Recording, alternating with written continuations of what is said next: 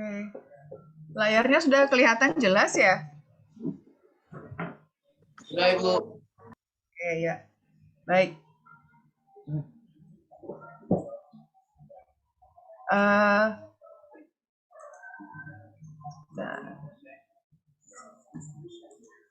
Oke.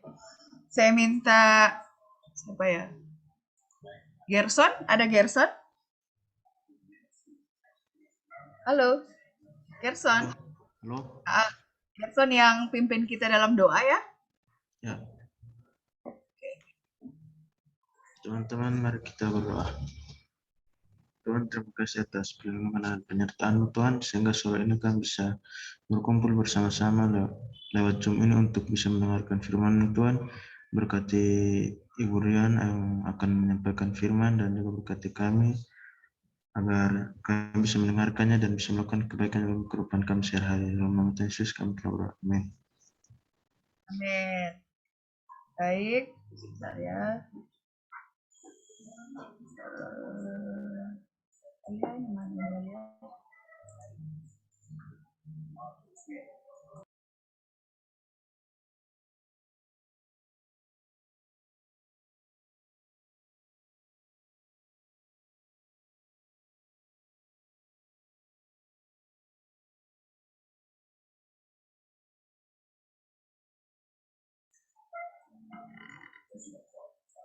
Mana tadi?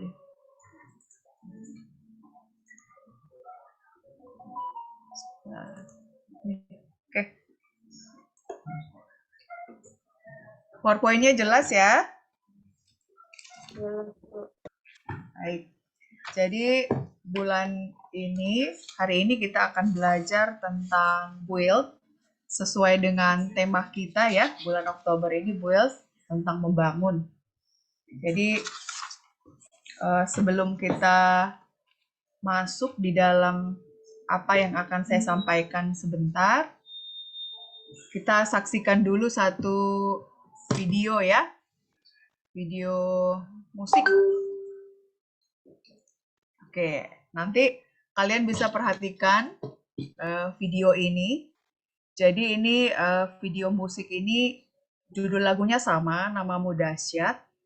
Jadi ini nanti akan menjadi bagian dari apa yang akan kita pelajari bersama-sama sore ini. Ya, jadi perhatikan videonya masing-masing. Nanti kalian coba lihat perbedaannya apa, ya. Ini video yang pertama.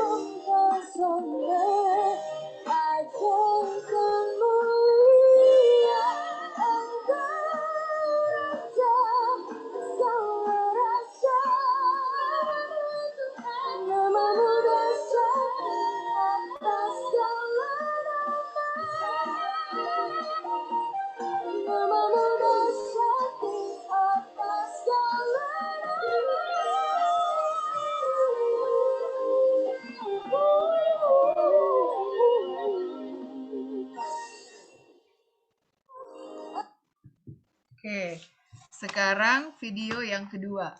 Ini sama ya, lagunya sama, cuman perhatikan ya.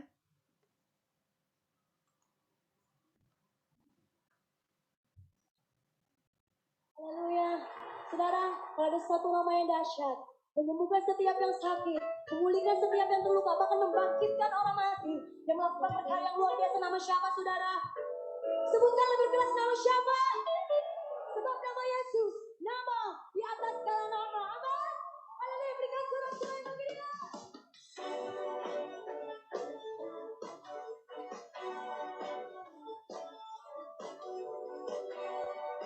Suka dengan kau Tuhan.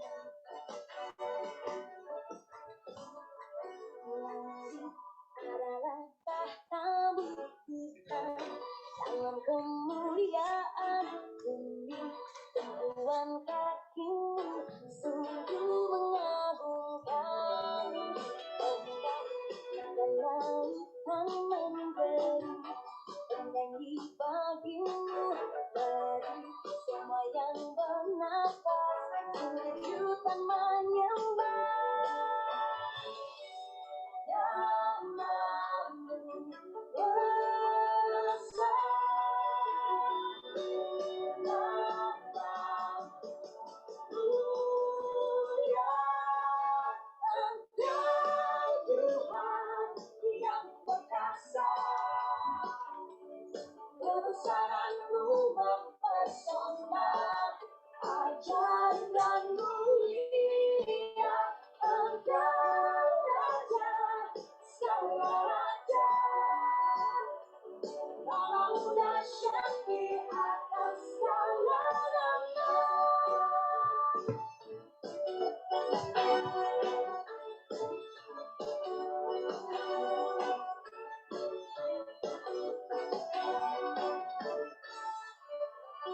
Langit adalah tahtamu Tuhan, dalam kemuliaan bumi tumpuan kakimu, sungguh mengagumkan. Ombak dan lautan berderi penyanyi bagimu, mari semua yang bernafas sujud dan menyembah. Namamu besar, namamu mulia, Engkau Tuhan yang perkasa, kebesaran-Mu mempesona, ajaib dan mulia, Engkau Raja, segala raja. Namamu dahsyat di atas segala nama. Tepuk tangan di atas, gerak.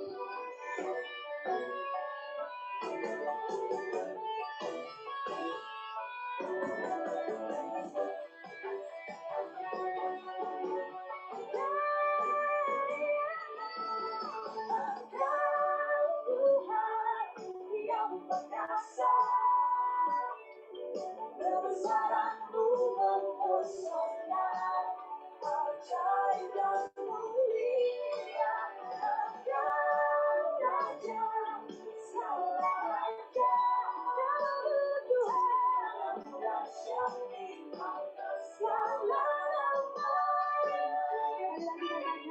Namamu dahsyat di atas segala nama.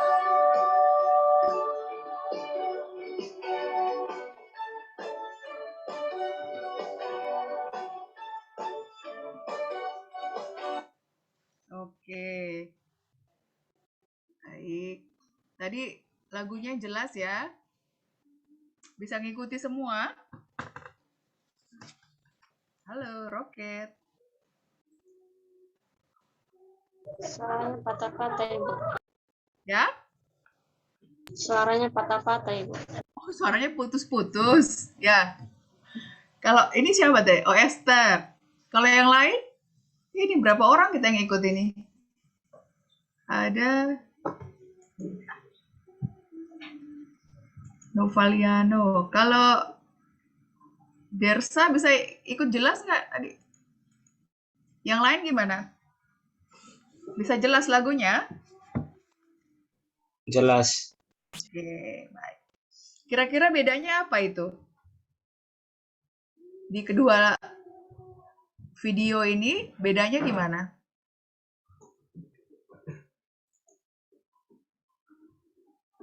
Ayo Roket. Kalau video yang pertama gimana itu? Kira-kira di masa Pandemi. pandemi. Oke, siapa yang jawab tadi? Esther ya? Bisa. Bisa, Ibu. Siapa? Yang jawab di masa pandemi tadi siapa? Nuni, Bu Nuni. Oke, terus kalau yang video yang kedua pasti di sebelum kita pandemi ya. Terus lihat enggak perbedaan alatnya? Ada yang tahu alatnya apa itu? Yang di video yang pertama tuh ada yang bentuk kotak, terus ada tombol-tombol. Ada yang tahu? Iya, saya juga tidak tahu, makanya saya tanya ya. Oke, baik. Ini hanya sebagai pengantar ya buat kita dari apa yang akan saya sampaikan sebentar. Jadi kalau kita lihat sama-sama video yang pertama dan video yang kedua, tadi itu memang benar ya bahwa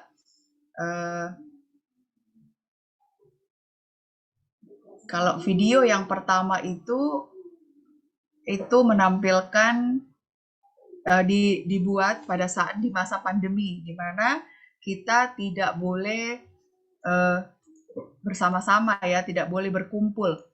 Itu video yang pertama. Kemudian di situ memunculkan bahwa memperlihatkan tentang kreativitas anak-anak muda bahwa walaupun di masa pandemi, di masa di mana segala sesuatu itu menjadi serba terbatas ya, ruang gerak kita itu menjadi terbatas. Terus segala sesuatu yang akan kita lakukan seperti biasa itu berkumpul bersama teman-teman, kemudian rame-rame memuji Tuhan bersama-sama. Di masa pandemi semuanya itu menjadi berubah total 180 derajat.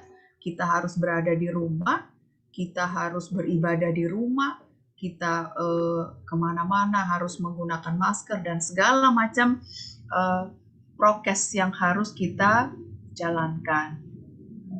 Kemudian kalau di video yang kedua tampak jelas ya, karena ini kan biasa, hal-hal yang biasa kita lakukan ya sebelum masa pandemi. Jadi biasanya saat KKR kita bisa berkumpul bersama-sama ya memuji Tuhan gitu.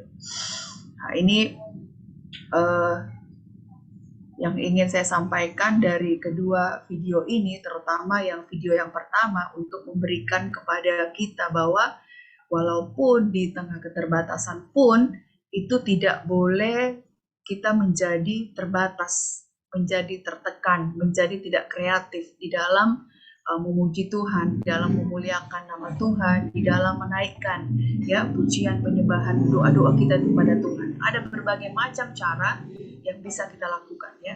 Kita menjadi anak-anak Tuhan itu harus terus kreatif, harus terus minta hikmat dari Tuhan. Karena dengan hikmat itu kita bisa mengatasi segala situasi, segala keadaan yang sering-sering itu mau mencoba untuk menghimpit kita. Tapi jika kita memiliki hikmat, itu tidak akan mampu ya menekan kita atau mengintimidasi kita atau membatasi tingkat kreativitas kita di dalam memuji Tuhan. Ya. Oke. Nah, ini slide yang berikutnya. Nah, ini adalah apa yang ingin saya sampaikan sore ini ya.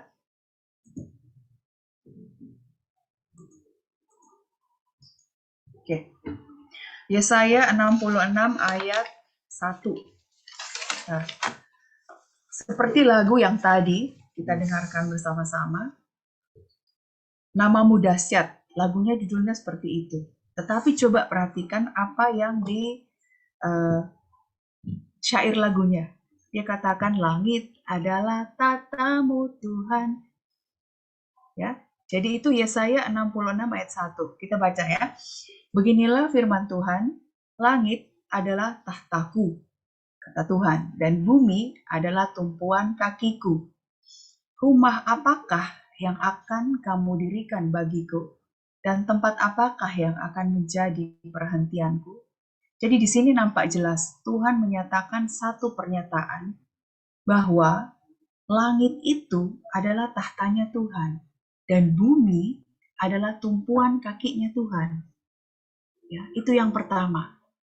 Yang kedua, Tuhan bertanya kepada umatnya, rumah apakah yang akan kamu dirikan bagiku? Rumah apa yang akan kamu dirikan untuk Tuhan? Ya, rumah apa? Terus yang ketiga, tempat apakah yang akan menjadi perhentianku? Tuhan bertanya kepada umatnya untuk yang kedua kalinya. Ya, tempat apa yang akan menjadi perhentianku? Jadi Tuhan menanyakan tempat perhentian yang kita sediakan untuk Tuhan itu apa? Sering kita mendengar tempat perhentianku adalah Tuhan. Nah, kalau kita balik coba, bisakah Tuhan menjadi kita ini menjadi tempat perhentiannya Tuhan? Ya, jikalau kita balik. Oke. Nah, coba saya minta Esther. Coba baca Kejadian 1 ayat 1. Halo Esther.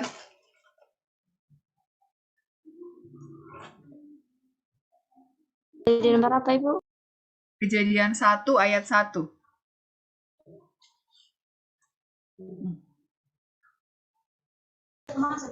Kejadian 1 ayat 1. Allah menciptakan langit dan bumi serta isinya. Pada mulanya Allah menciptakan langit dan bumi. Oke, tadi jelas ya. Jadi dari ayat dari bagian firman Tuhan, perikop firman Tuhan tadi Yesaya 66 ayat 1, kita bahas satu persatu ya. Jadi tema yang pertama yang akan kita belajar bersama-sama itu adalah tentang langit dan bumi. Nah, ini seperti yang Esther baca tadi. Pada mulanya Allah menciptakan langit dan bumi. Di sini jelas bahwa awal mula dari segala sesuatu itu adalah Allah itu menciptakan langit dan bumi. Nah, ayat 2-nya, bumi belum berbentuk dan kosong, gelap gulita menutupi samudra raya, dan roh Allah itu melayang-layang di atas permukaan air. Terus ayat yang ketiga, berfirmanlah Allah, jadilah terang, lalu terang itu jadi.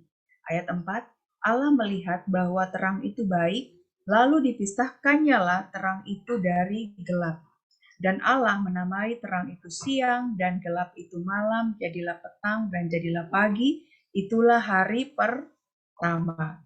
Ayat yang ke-6, berfirmanlah Allah, jadilah cakrawala di tengah segala air dan memisahkan air dari air. Ya. Ayat yang ketujuh, maka Allah menjadikan cakrawala dan ia memisahkan air yang ada di bawah cakrawala itu dari air yang ada di atasnya dan jadilah demikian. Nah, kalau kita baca baik-baik dari Kejadian 1 ini, cukup Kejadian 1 sampai 12 ya, itu nampak jelas bahwa kalau di langit atau cakrawala itu Kejadian 1 ayat 8, lalu Allah menamai cakrawala itu langit. Jadi langit itu diberikan nama oleh Allah sebagai cakrawala. Jadilah petang dan jadilah pagi. Itulah hari kedua.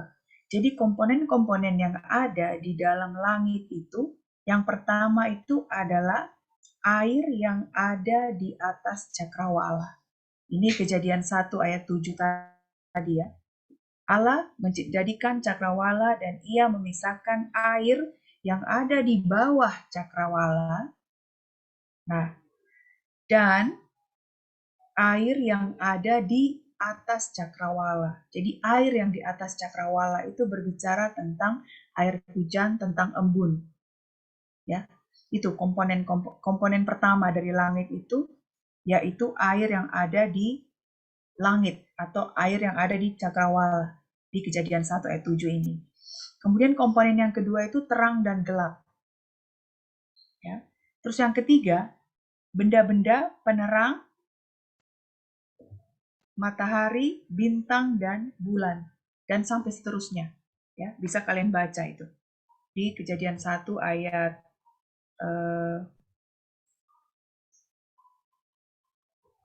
ayat 1 sampai ayat 12 ya. Itu komponen-komponen langit dan bumi. Kemudian yang kedua, komponen-komponen bumi. Komponen-komponen bumi itu maksudnya segala sesuatu yang ada di bumi. Yang pertama itu di Kejadian 1 ayat 7. Coba lihat. Di situ, maka Allah menjadikan cakrawala dan ia memisahkan air yang ada di bawah cakrawala. Jadi air yang ada di bawah cakrawala, artinya air yang ada di bumi. Kemudian, air yang ada di bawah cakrawala itu, kemudian kalau ke ayat berikutnya ke bawah, ayat yang ke-9 itu, coba perhatikan, berfirmanlah Allah, hendaklah segala air yang di bawah langit berkumpul pada satu tempat, sehingga kelihatan yang kering dan jadilah demikian. Jadi setelah Allah memisahkan air yang ada di atas cakrawala sebagai air hujan, sebagai embun, kemudian Allah memisahkan juga air yang ada di bawah cakrawala, yaitu air yang ada di bumi. Dan air itu dikumpulkan di dalam satu tempat, ya, dikumpulkan dalam satu tempat yang ada di bawah cakrawala atau di bawah bumi. Nah, itu yang disebut sebagai lautan yang sekarang. Ya. Lalu Allah menamai yang kering itu darat. Coba lihat ini. Dan kumpulan air itu dinamainya laut. Di luar biasanya Tuhan kita itu. Jadi ternyata istilah atau kata-kata langit, cakrawala, bumi, itu Allah sendiri yang membuat istilah itu. Ya. Oke. Kemudian itu ayat Kejadian 1 ayat 10 ya. Kemendaratan. Nah, coba baca lagi Kejadian 1 ayat 11. Berfirmanlah Allah, hendaklah tanah menumbuhkan tunas-tunas muda, tumbuh-tumbuhan yang berbiji, segala jenis pohon, buah-buahan yang menghasilkan buah yang berbiji, supaya ada tumbuh-tumbuhan di bumi dan jadilah demikian. Nah, komponen bumi yang berikutnya yang dijadikan oleh Allah itu adalah tumbuhan yang berbiji dan pohon yang berbiji. Jadi bisa kalian lihat mengapa ada tumbuhan berbiji, ada pohon berbiji. Luar biasa loh ini. Kalau kalian perhatikan dengan baik, Allah kita sendiri itu memisahkan loh. Tumbuhan yang berbiji dan segala jenis pohon yang buah-buahannya menghasilkan buah yang berbiji. Perbedaan antara tumbuhan yang berbiji dan pohon yang berbiji itu beda. Kalau pohon itu artinya yang batangnya itu berkayu. Nah, contoh, pohon nangka. Ya, pohon nangka. Pohon nangka itu coba perhatikan batangnya. Batangnya itu berkayu. Dia disebut sebagai pohon. Tapi coba lihat, pepaya. Sebenarnya pepaya itu kita tidak bisa menyebut dia sebagai pohon karena batangnya tidak berkayu. Ya, kalau pepaya itu dia masuk dalam golongan semak. Ya, karena coba lihat, coba kalian tebang pohonnya, batangnya pepaya itu kan tidak berkayu dia, ya. Bambu seperti itu, bambu juga, cuman kan bambu dia tidak berbiji ya, dia bertunas. Kemudian pisang itu batangnya dia bukan pohon, bukan jenis pohon karena batangnya tidak berkayu. Gitu ya. Itu sekilas ya tentang langit dan bumi. Nah, langit dan bumi ini berbicara tentang apa? Tentang sesuatu yang awal. Lihat saja di dalam Alkitab kita. Kejadian 1 ayat 1 adalah yang awal dari ayat awal dari Alkitab kita. Pada mulanya Allah menciptakan, gak usah ditutup Elia, biar buka. Kejadian 1 ayat 1, langit dan bumi. Pada mulanya Allah menciptakan langit dan bumi. Kejadian 1 ayat 1, awal dari bagian Alkitab kita. Itu berbicara juga tentang awal dari hidup dan kehidupan kita. Apa yang penting di dalam hidup kita? Apa yang hal yang harus menjadi sesuatu yang prioritas, sesuatu yang harus menjadi awal di dalam hidup kita. Ya, selalu mengingatkan itu. Contohnya begini, misalnya kayak saat teduh. Seseorang yang melakukan saat teduh itu sering-sering dia lakukannya itu saat pagi hari, saat semua orang masih terlelap. Pasti seseorang itu akan berusaha untuk mengambil waktu bersama dengan Tuhan. Nah itu awal dari kehidupan. Ya, langit dan bumi itu berbicara tentang itu. Salah satunya ya, tentang saat teduh. Itu artinya Allah itu menjadi prioritas yang pertama di dalam hidup kita. Ya, anak-anak roket kalian harus belajar untuk memiliki saat teduh. Saat teduh itu apa? Saat teduh itu adalah saat pribadi di mana engkau hanya berdua dengan Tuhan. Apa yang kau lakukan saat teduh? Yang kau berdoa di situ, engkau membaca Alkitabmu dan kau merenungkannya. Makanya mengapa di awalnya bagian presentasi PowerPoint ini saya munculkan gambar Alkitab, pulpen, dan buku tulis. Ya, itu untuk memberikan gambaran kepada kita pentingnya saat teduh bagi setiap pribadi, siapapun dia. Mau anak sekolah, mau orang bekerja, mau orang dewasa, itu penting sekali. Saya pengalaman pribadi saya punya buku saat teduh waktu saya masih kuliah S1 ya.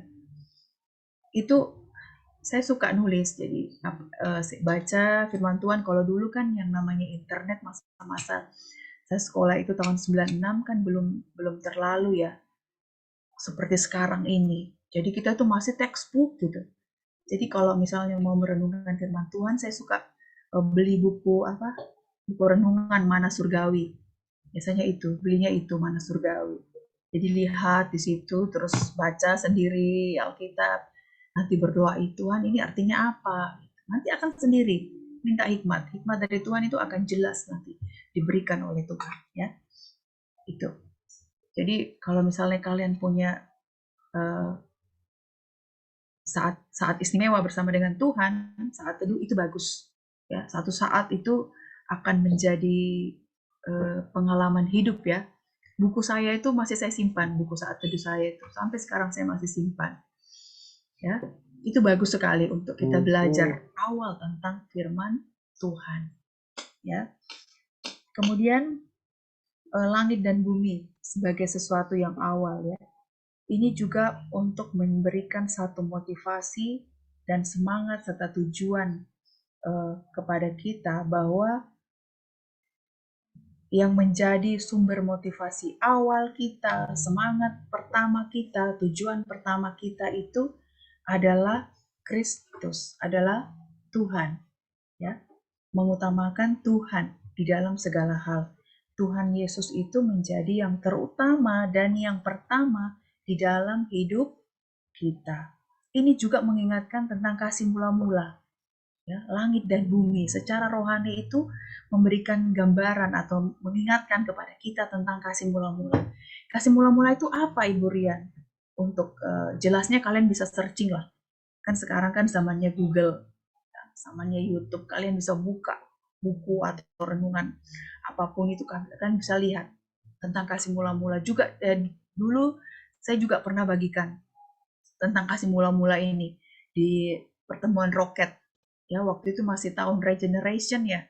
Kalau nggak salah 2019 itu tahun regeneration. Sebelum kita COVID, sebelum kita beribadah secara online, sempat saya bagikan. Tadi saya coba untuk mencari-cari lagi bahannya tentang regeneration, tentang kasih mula-mula ini. Karena waktu itu saya sempat kupas hal itu, tapi sudah kayaknya di laptop yang lama gitu. Nantilah satu saat ya, pertemuan berikutnya saya akan singgung sedikit tentang kasih mula-mula ini apa. Ya, karena saya agak lupa-lupa ingat ya apa bahan ajarannya waktu itu. Ya, sedikit saya cerita tentang kasih mula-mula di sini ya, bahwa kasih mula-mula itu adalah kasih kita yang pertama, kasih yang kita miliki saat kita baru bertobat dan percaya kepada Tuhan. Ya, itu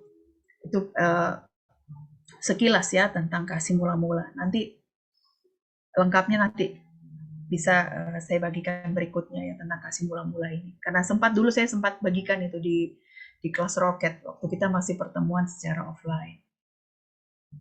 Ya, jadi itu tentang pengertian tentang langit dan bumi. Nah, sampai sejauh ini suaranya masih terdengar jelas nggak, Rocket? Jelas, Ibu. Oke, baik. Nah, berikutnya yang kedua yang ingin kita pelajari, yang akan kita pelajari bersama-sama adalah tentang rumah. Ya, sesuai dengan Yesaya 66 ayat 1 tadi, rumah. Tuhan bertanya kepada umatnya, Tuhan bertanya kepada kita, rumah apakah yang akan kamu dirikan bagiku? Ya, rumah apa yang mau kamu dirikan bagiku? Nah, ini gambar yang saya ambil ini dari Google.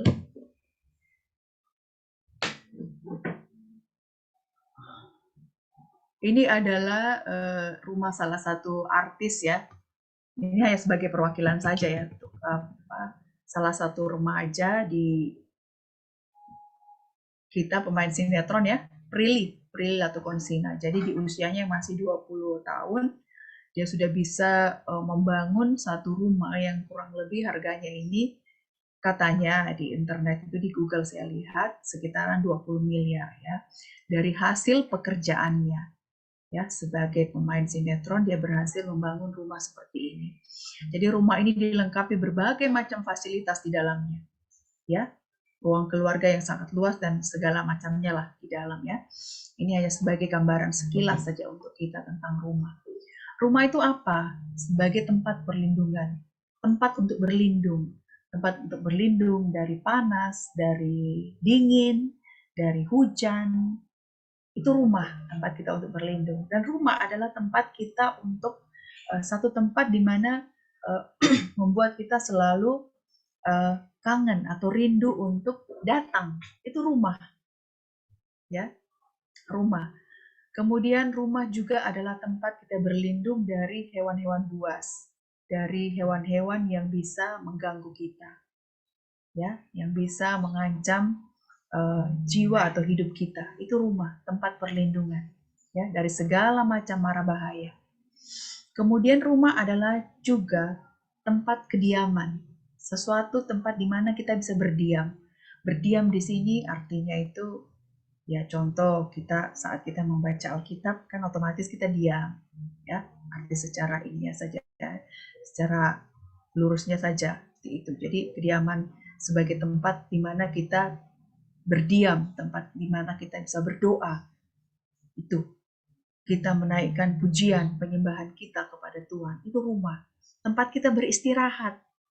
Ya, beristirahat itu diam. Ya, itu rumah. Tempat kita beristirahat. Tempat kita untuk melepaskan segala kelelahan kita atau beban kita, kepenatan kita. Ya, itu rumah. Kemudian rumah adalah tempat tinggal.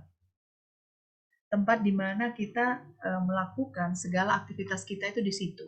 Tempat kita tinggal di situ. Jadi dari kita mengawali hari, dari pagi hari sampai dengan menutup hari, itu di rumah kita.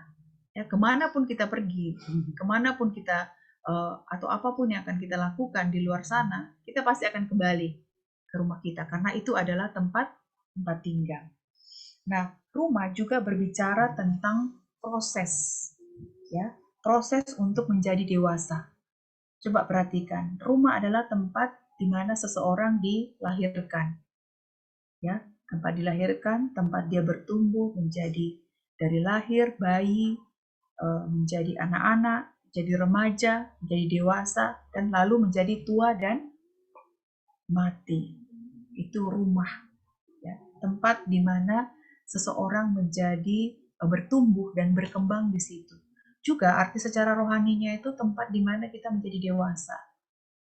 Ya. Iman kita, tempat di mana iman kita itu bertumbuh. Rumah itu juga berbicara tentang tubuh kita ini. Makanya ada ayat firman Tuhan yang bilang, tubuhmu itu adalah bait Allah, rumah Allah itu. Ya, coba perhatikan kalau seseorang atau ada orang yang membangun rumah, misalnya dari tanah kosong ya, tanah kosong, pertama didirikan itu gali tanahnya, kemudian mendirikan pondasi, dari pondasi kemudian menyusun batako atau batu bata ke atas untuk menyusun dindingnya, kemudian dinding itu diplot-plotkan ya, ini kamar mandi, ruang keluarga, ruang tamu, dapur, tuh sudah dibagi-bagi ya. Kemudian memasang jendela. Jendela ini berbicara tentang kalau misalnya tubuh kita ini mata ya, mata kita itu adalah jendela, tempat di mana misalnya kita sebagai anak-anak yang percaya kepada Kristus, orang-orang yang terbiasa akan firman Tuhan, yang makanan sehari-harinya itu adalah firman Tuhan, itu mata itu adalah jendela bagi kehidupan kita, karena dengan mata kita bisa membaca firman Tuhan. Kemudian dengan telinga kita mendengar doa yang disampaikan, mendengar pujian dan penyembahan yang disampaikan kepada Tuhan ya. Kemudian terus saat satu rumah yang sudah dibangun pun sudah selesai 100%, dengan berjalannya waktu, coba perhatikan, pasti ada bagian-bagian, misalnya atapnya bocor, harus diganti dengan seng yang baru, atau cat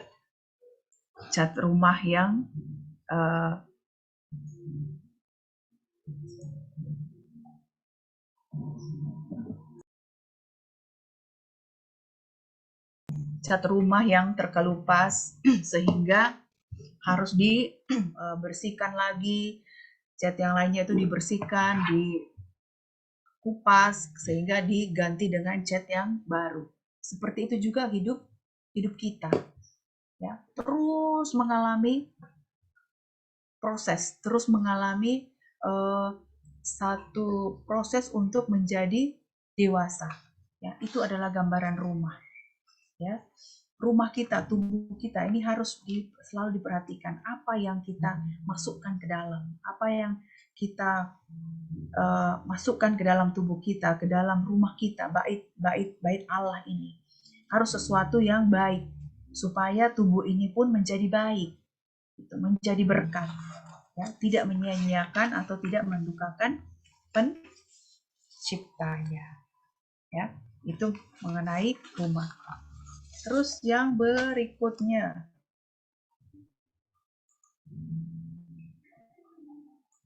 nah, tempat perhentian.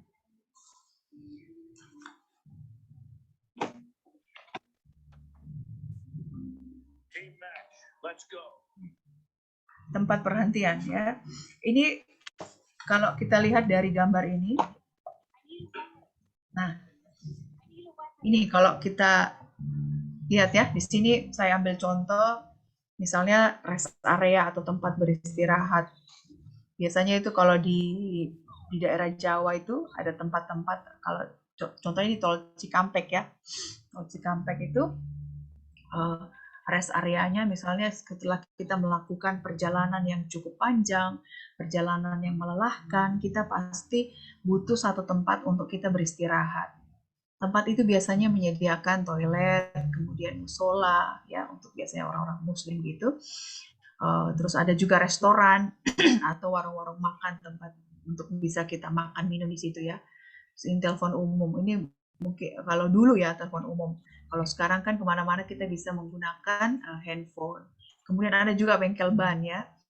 Biasanya rest area seperti itu, tempat untuk memeriksa kendaraan kita, untuk mengecek kendaraan kita, tempat untuk mengisi bensin, biasanya gitu ya, tempat-tempat rest area, tempat untuk beristirahat. Nah, ini tempat yang digunakan misalnya setelah kita melakukan perjalanan jauh yang cukup melelahkan, untuk melepaskan rest area adalah tempat untuk kita melepaskan segala kelelahan kita, melepaskan tekanan atau beban setelah melakukan perjalanan yang cukup panjang. Nah, kalau rest area itu biasanya adalah tempatnya itu tempat yang tenang, ya, untuk beristirahat, kemudian nyaman, ya, nyaman, kemudian juga tanpa gangguan ya, tanpa gangguan, kemudian juga tanpa tempat di mana kita bisa beristirahat sehingga kita tidak memikirkan segala pekerjaan atau misalnya tugas-tugas sekolah kita. Nah, rest area juga bisa berbicara bukan hanya tempat seperti ini ya, bisa juga bisa tentang libur, ya, tentang berlibur. Waktu di mana kita ambil saat yang khusus untuk kita berlibur, misalnya ke tempat-tempat tertentu untuk kita bisa bersenang-senang menikmati waktu di situ. Ya, kalau rest area atau tempat yang berlibur itu biasanya kita akan memilih tempat yang nyaman dan aman. Ya, untuk mencapai tempat yang nyaman dan aman ini pasti kita akan memilih tempat yang bersih ya. Tempat yang bersih. Nah, arti secara rohaninya apa? Tempat perhentian atau rest area. Nah, kalau orang Kristen ya, seperti tadi yang saya sampaikan di awal. Kalau kita orang Kristen atau anak-anak Tuhan ditanya, tempat perhentianku adalah Tuhan. Kita ungkapkan gitu. Tempat perhentianku itu adalah Tuhan.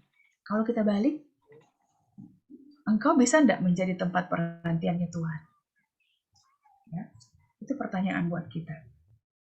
Nah, rest area itu juga berbicara, kalau secara rohani itu juga berbicara tentang surga. Ya, nanti ke depannya di slide berikutnya saya akan ungkapkan tentang ini ya, tentang tempat perhentian ini. Nah, kita lihat dulu beberapa ayat pendukung untuk kita sama-sama pelajari tentang tempat perhentian. Nah, ini Amsal 4 ayat 23. Jagalah hatimu dengan segala kewaspadaan, karena dari situlah terpancar kehidupan. Ya. Ini untuk menjawab salah satu pertanyaan saya tadi ya. Bisakah engkau menjadi tempat perhentiannya Tuhan? Nah, ini. Untuk kita bisa menjadi tempat perhentiannya Tuhan, salah satu cara yang bisa kita lakukan itu adalah menjaga hati kita dengan segala kewaspadaan. Mengapa? Karena dari dalam hati itulah terpancar kehidupan. Coba perhatikan, kalau misalnya seseorang yang mengalami kepahitan, mengalami kekecewaan, itu pasti dari kata-katanya itu keluar kalimat-kalimat yang nyelekit, kalimat-kalimat yang tidak bisa menjadi berkat, kalimat-kalimat yang menyakitkan, kalimat-kalimat yang tidak membawa damai sejahtera.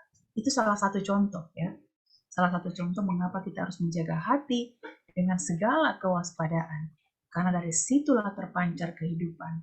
Mengapa terpancar kehidupan ini maksudnya? Karena dengan kata-kata kita itu, kita bisa menyakiti orang, kita tidak bisa menjadi berkat bagi orang. Nah, kita tidak bisa memancarkan kehidupan. Kita tidak bisa menolong atau membangun orang jikalau kita tidak bisa menjaga hati kita dengan segala kewaspadaan. Saya juga pernah share di Rocket dulu ya, gambarkan tentang hati. Hati itu, dalam hati manusia itu ada berbagai macam hewan. Ada hewan apa saja? Ada ular, ada harimau, ada apa lagi ya? Ada kambing, itu ya, ada berbagai macam, ada babi di dalam hati. Ya, itu berbagai macam. Ya, jadi makanya mengapa kita harus menjaga hati dengan segala kewaspadaan. Karena dari situlah terpancar kehidupan. Ya. Terus Yakobus 1 ayat 21. Sebab itu buanglah segala sesuatu yang kotor dan kejahatan yang begitu banyak itu, dan terimalah dengan lemah lembut firman yang tertanam di dalam hatimu yang berkuasa menyelamatkan jiwamu. Jadi ini, untuk kita bisa menjadi tempat perhentian bagi Tuhan selama kita hidup di dunia ini, kita harus membuang salah satunya ini. Ya, selain menjaga hati, yang kedua, kita belajar untuk membuang segala sesuatu yang kotor dan jahat dari dalam hidup kita. Ya, mengapa sesuatu yang kotor dan jahat itu harus dibuang? Supaya firman yang kita dengar itu bisa tertanam. Bisa tertanam dalam hati kita sehingga itu menyelamatkan jiwa. Ya. Nah, coba kalian lihat ya, kalau kalian jalan-jalan di sekitaran Kota Kupang setelah terjadinya seroja ini, coba lihat, ada tanaman yang dia saat seroja, pohonnya itu tumbang. Pohonnya tumbang. Nah, jikalau akarnya itu masih menempel di tanah, coba lihat sekarang. Masih ada kan pucuk-pucuk yang tumbuh, tunas-tunas baru yang tumbuh di pohon yang sudah tumbang itu. Nah, mengapa? Karena akarnya itu masih tertanam di tanah. Begitu juga hidup kita. Makanya kenapa kita harus hidup dan tertanam dengan firman yang kita dengar, yang kita baca.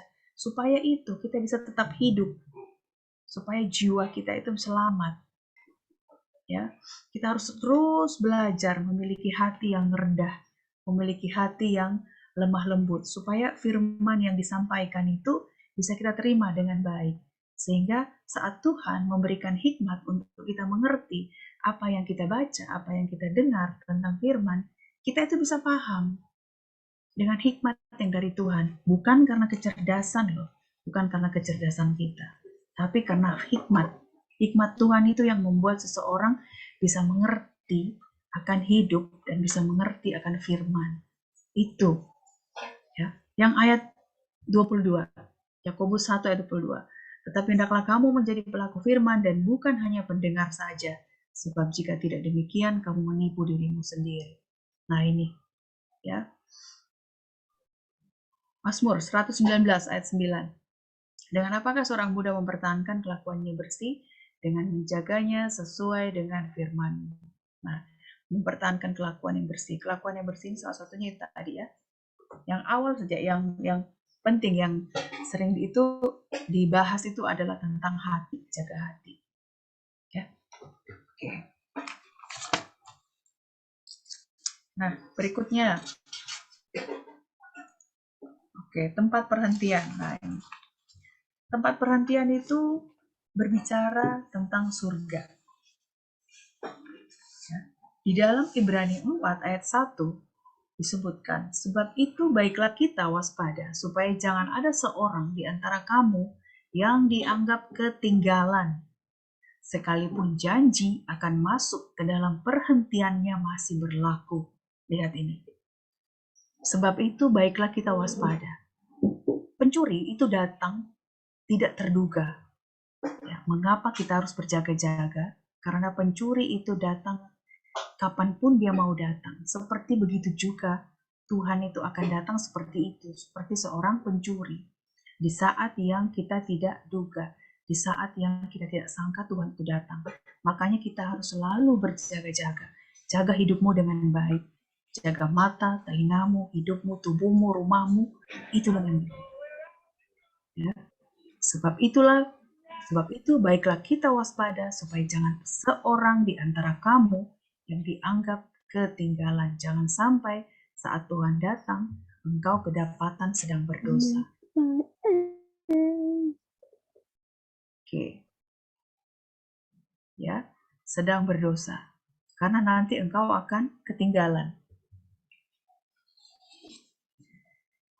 Iman yang taat. Nah, kalau sebelumnya ya, sebelum saya masuk ke cerita tentang iman yang taat ini, kalau kita lihat baik-baik, coba kalian buka ya, Ibrani 3.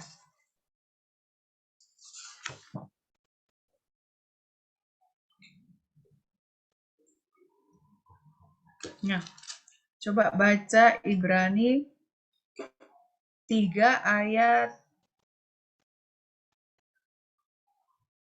18. Ayat 18 sampai 19. Coba Melisa Tadu. Ayat berapa, Ibu? Ibrani 3 ayat 18 sampai 19. Dan siapakah yang telah ia sumpahi bahwa mereka takkan masuk ke tempat perhentiannya? Bukankah mereka yang tidak taat? Demikianlah kita lihat bahwa mereka tidak dapat masuk oleh karena ketidakpercayaan mereka. Nah, iya. Ini tentang iman yang taat. Iman yang taat itu adalah iman yang menyelamatkan. Ya. Ini adalah salah satu cara ya. Bagaimana caranya kita untuk dapat mencapai tempat perhentian itu? Ya ini, hidup di dalam ketaatan yang sungguh-sungguh. Miliki iman yang taat karena iman inilah yang menyelamatkan. Nah, tadi yang dibaca oleh Melisa ya. Mengapa kok iman yang menyelamatkan itu iman yang taat itu adalah iman yang menyelamatkan. Tadi ya, coba saya baca ulang ya. Mengapa iman yang taat adalah iman yang menyelamatkan? Ibrani 3 ayat 18 sampai 19. Dan siapakah yang telah ia sumpahi bahwa mereka tak akan masuk ke tempat perhentiannya? Lihat ini. Bukankah mereka yang tidak taat? Jadi Tuhan sendiri yang menyatakan bahwa seseorang yang tidak masuk di dalam tempat perhentian Tuhan itu adalah seseorang yang tidak taat. Nah, jika dibalik, seseorang yang taat, seseorang yang memiliki iman yang taat, dia akan masuk ke perhentiannya, ke tempat perhentian Tuhan.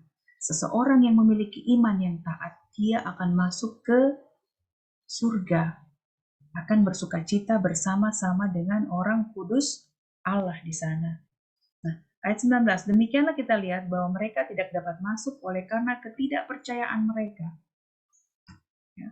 Jadi, iman yang percaya itu juga akan membuat kita bisa masuk ke dalam tempat perhentian Tuhan. Iman yang percaya itu akan membuat kita bisa masuk ke surga bersama-sama dengan para kudus, orang-orang kudus Allah. Nah, kalau kita lihat ya, baik-baik ini kitab Ibrani, itu kitab Ibrani itu dia menjelaskan banyak hal ya tentang bagaimana mencapai tempat perhentian. Kalian bisa baca nanti kitab Ibrani itu. Terus bagaimana juga untuk mendapat bagian di dalam tempat perhentian. Itu dijelaskan di dalam kitab Ibrani. Kalian bisa baca nanti secara ini ya di rumah.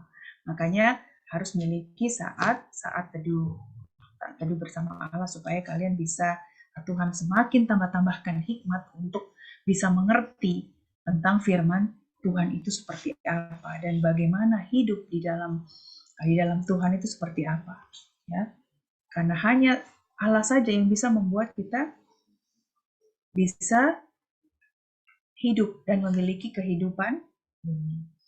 Nah, terus berikutnya, miliki iman yang teguh. Karena iman yang teguh adalah iman yang tidak mudah digoncang.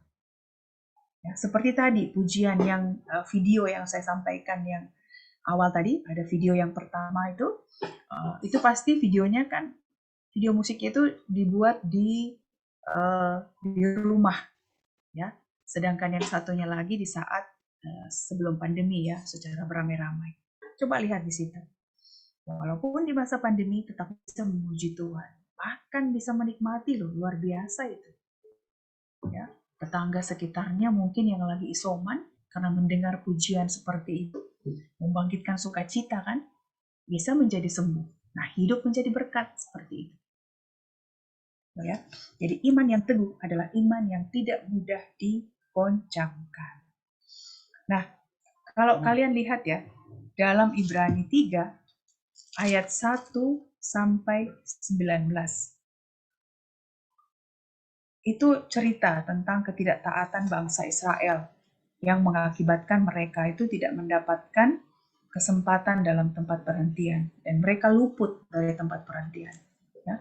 Semoga kita tidak menjadi seperti itu, ya, melepaskan kesempatan karena kesempatan itu hanya datang satu kali. Contoh hari ini kalau ada waktu untuk beribadah, ikutlah ibadah. Kalian juga harus belajar untuk mengikuti ibadah raya, ibadah umum ya. Biasanya hamba-hamba Tuhan yang menyampaikan firman di situ, contoh seperti tadi pagi Bu Nuni berbicara banyak tuh tentang iman, ya. Berbicara tentang iman, berbicara tentang kasih karunia tadi pagi Bu Nuni. Ya, kalian bisa ikuti itu. Ya, untungnya, bersyukurnya di masa pandemi seperti ini, hamba-hamba Tuhan yang luar biasa itu mereka diberikan kemampuan IT, diberikan hikmat oleh Tuhan, supaya menyampaikan firman itu bisa melalui YouTube. Nah, YouTube artinya kapanpun kita bisa buka. Kita mau belajar tentang apa, tinggal kita ketik YouTube, misalnya YouTube kasih karunia gitu. Langsung ada semua yang bisa pelajari. Tetapi tetap harus memiliki dan minta hikmat dari Tuhan, kecerdasan dari Tuhan, supaya kalian tidak terjebak di dalam pengajaran-pengajaran yang menyesatkan. Ya, itu sekian dari saya. Terima kasih, Tuhan Yesus memberkati.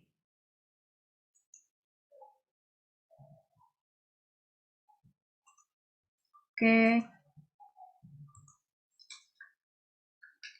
Halo Roket, ada yang bertanya kok? Tadi yang disampaikan jelas ya? Jelas, Ibu. Oke, jelas. Ada pertanyaan?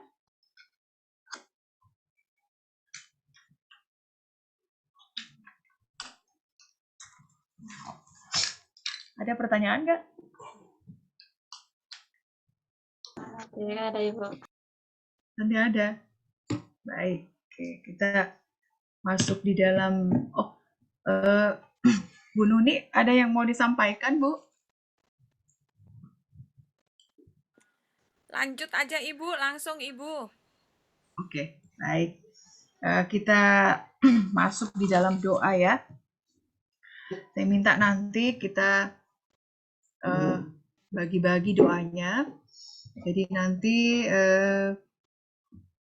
Noval ada? Novaliano Antoni Said. Halo Noval. Ya, halo. Oke, Noval nanti berdoa untuk ibadah kita sore ini, bisa ya? Apa yang saya sampaikan? Bisa, Ibu. Berdoa untuk teman-teman Roketmu, berdoa untuk sekolah kalian di masa pandemi seperti ini. Kemudian nanti itu yang pertama, doa yang pertama Noval. Kemudian doa yang kedua nanti Sasa. Halo Sasa.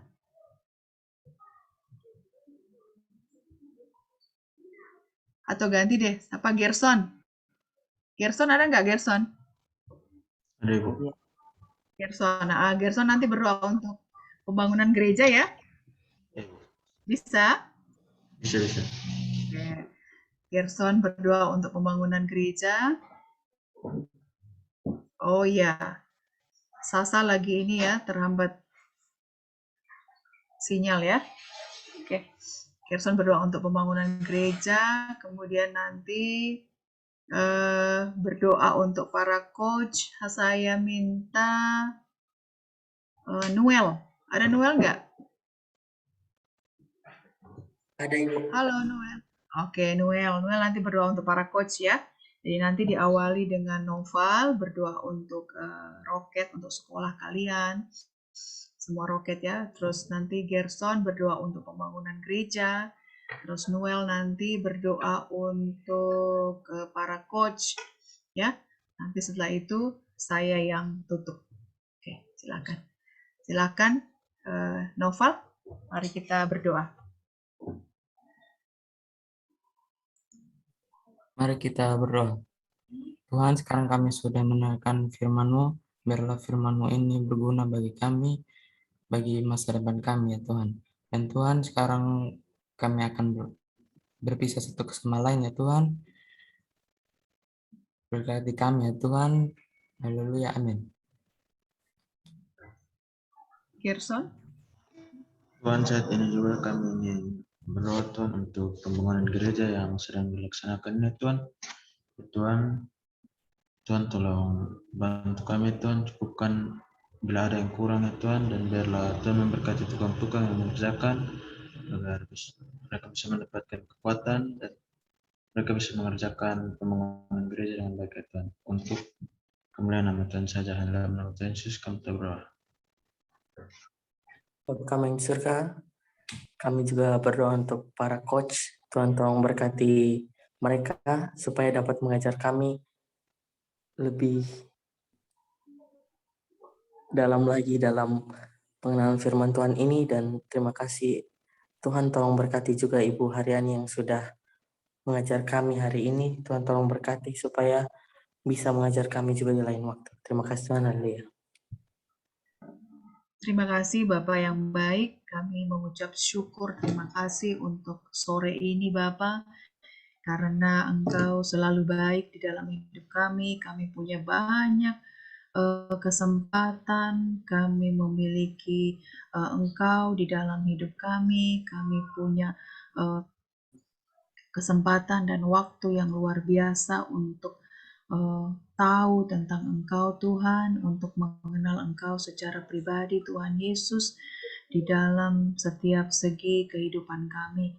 Kami sangat berterima kasih untuk kesempatan, untuk semua fasilitas kesehatan yang Tuhan berikan kepada kami, waktu yang Engkau berikan kepada kami Tuhan Yesus, sehingga kapanpun kami bisa belajar untuk mengenal Engkau, untuk cari tahu tentang Engkau, untuk membaca firman-Mu Tuhan Yesus. Terima kasih Bapa, terima kasih Tuhan Yesus untuk anak-anak roket Tuhan, semua roket yang selalu menyiapkan waktunya secara khusus Tuhan Yesus untuk mengikuti ibadah setiap hari Minggu, setiap sore Bapa, dengan setia, dengan taat mereka mau mendengarkan tentang firman-Mu, mereka mau memberikan hati hidup mereka, waktu mereka untuk belajar tentang Engkau, untuk mengenal Engkau Tuhan.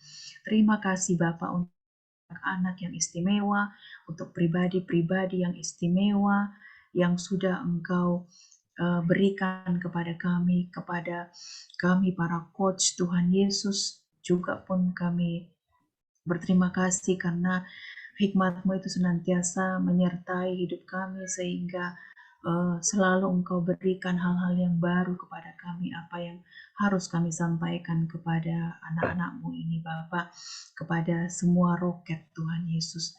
Terima kasih Bapak, terima kasih Tuhan.